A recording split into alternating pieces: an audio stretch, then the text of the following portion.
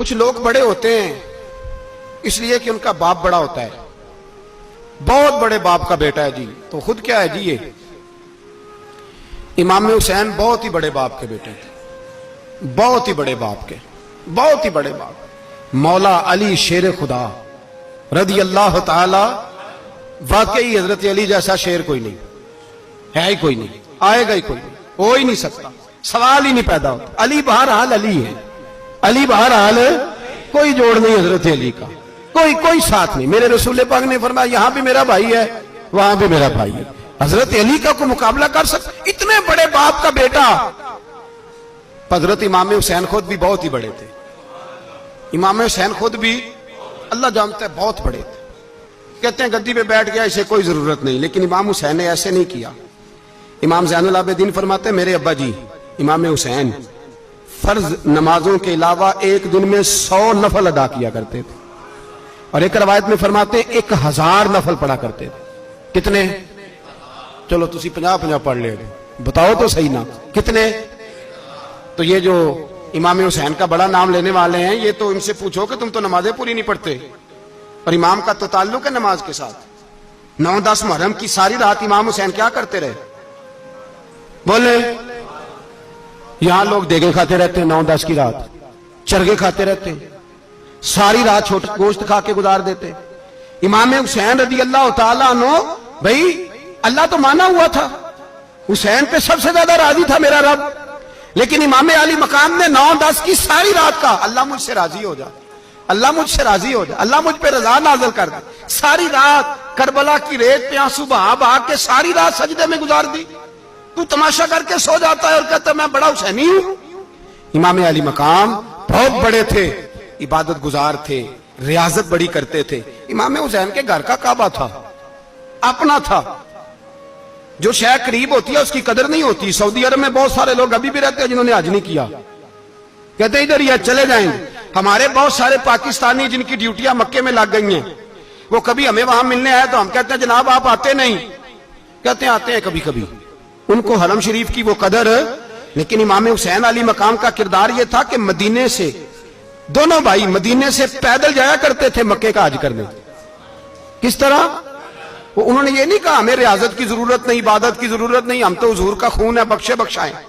پیدل مدینے سے دونوں شہزادے، اور اس طرح پیدل جاتے تھے، ایک دفعہ نہیں، 2 دفعہ نہیں، 25 حج دونوں نے پیدل مکے جا کے ادا فرمایا۔ 25 حج۔ تجھے کبھی توفیق ہی نہیں ہوئی؟ تو جہاز پہ جانا بھی پسند نہیں کرتا، تو خیال ہی نہیں کرتا کہ کتنی قدر ہے اللہ کے گھر کی؟ 25 حج۔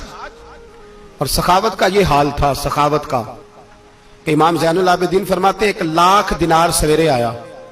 کتنا؟ سمجھ لیں اربوں خربوں روپے آج کے حساب سے، 1,00,000 دینار۔ اور فرماتے ہیں فاطمہ کے لال دروازے پہ بیٹھ گئے پیسے لے کے، اور لوگوں کو بلا بلا کے نظر دی، فرمایا تھوڑے سے لے جاؤ، تھوڑے سے لے جاؤ، تھوڑے سے لے جاؤ، تھوڑے سے۔ فرماتے زور تک امام حسین نے لاکھوں بانٹ دیے۔ اٹھ کے اندر آئے تو میں نے کہا ابا جی کو 1 دینار بچا لیتے، آپ جب بازو اٹھاتے ہیں تو آپ کے کرتے پہ 17 پیبند لگے ہوئے ہیں، ایک کرتا ہی نیا لے لیتے۔ تو فرماتے میری طرف دیکھ کے کہنے لگے بیٹے یہ نہیں کہا کہ میں لے لیتا کرتا، لفظوں پہ غور کرنا۔ فرمانے لگے بیٹے اگر تو پہلے بتاتا تو پھر میں سوچتا، پہلے بتاتا تو پھر بھی میں یہ نہیں کہا رکھ لیتا، پھر بھی میں سوچتا رکھنا ہے کہ نہیں۔ امام حسین نے سخاوت کی، عبادت کی، ریاضت کی، قرآن پڑھا، تلاوت کی، درگزر کیا، پیار کیا۔ امام حسن کی بات ہے، ایک لونڈی آئی، ہمارے ہاں تو شہزادوں کا اللہ ہی حافظ ہے نا، شہزادے وہ کسی کے بھی ہوں، یہ جو ہمارے سیاستدانوں کی شہزادے ہیں یہ ہم نے خراب کیے ہوئے ان کی گاڑیوں کے پیچھے بھاگ بھاگ کے، اس لیے تباہ ہو گئے۔ پیروں کے شہزادے یہ خراب ہو گئے سارے، اس لیے کہ پیچھے بڑا بھاگتے ہیں۔ امام حسن کے پاس ایک لونڈی تھی، وہ دودھ لے کے آئی، دودھ گرم تھا، آپ کے اوپر گر گیا، اور وہ تھی بھی اسی طرح کی، اکثر کام بے دھیانی میں کرتی تھی، کنیز تھی گھر کی۔ دودھ گرا تو وہ کانپنے لگی کہ میں نے کئی غلطیاں کی، اب تو بہت سخت غلطی ہے، گرم دودھ امام پہ پڑ گیا۔ تو امام صاحب نے تلاوت شروع کر دی، امام حسن نے والکاظمین الغیظ والعافین عن الناس واللہ یحب المحسنین۔ فرمایا جو غصہ پی جائیں اور لوگوں کو معافی دے، ان سے تو اللہ محبت فرماتا ہے، ان سے تو اللہ پیار کرتا ہے۔ امام صاحب نے اس لونڈی کو فرمایا جا تو اللہ کی رضا کے لیے آزاد ہے، جا تو آزاد ہے، اب تو لونڈی نہیں۔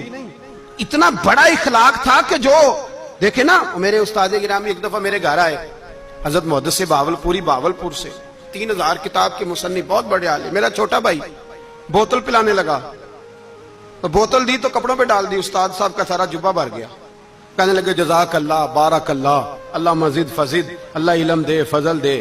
تو میں نے کان میں کہا، میں کہ استاد جی انیاں دعاواں دینیاں سنتے میں آپ روڑ چھڑ دا، اس نے کیوں یہ کیا ہے؟ مگر اتنی دعائیں دینی تھی تو میں ڈال دیتا آپ کے کپڑوں پہ پانی شربت، آپ نے اتنی دعائیں دے دی۔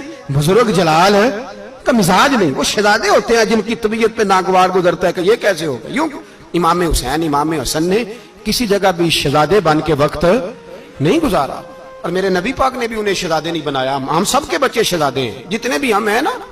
میرا بچہ جی منہ سے بات نکالتا ہے تو میں پوری کر دیتا ہوں، پھر بھی نافرمان ہے۔ میں نے کہا اسی لیے نافرمان ہے، اگر آدھی پوری کرتے اور آدھی نہ کرتے تو اسے پتا ہوتا کہ کہیں صبر بھی کرنا ہے۔ ہمارا بچہ روٹی نہ پکے تو گھر میں ٹی وی بھی توڑ دیتا ہے، اس کی اماں کھانا ٹائم پہ نہ پکائے تو برتن توڑتا ہے۔ کیوں؟ ہم نے اس کی عادتیں خراب کی ہیں۔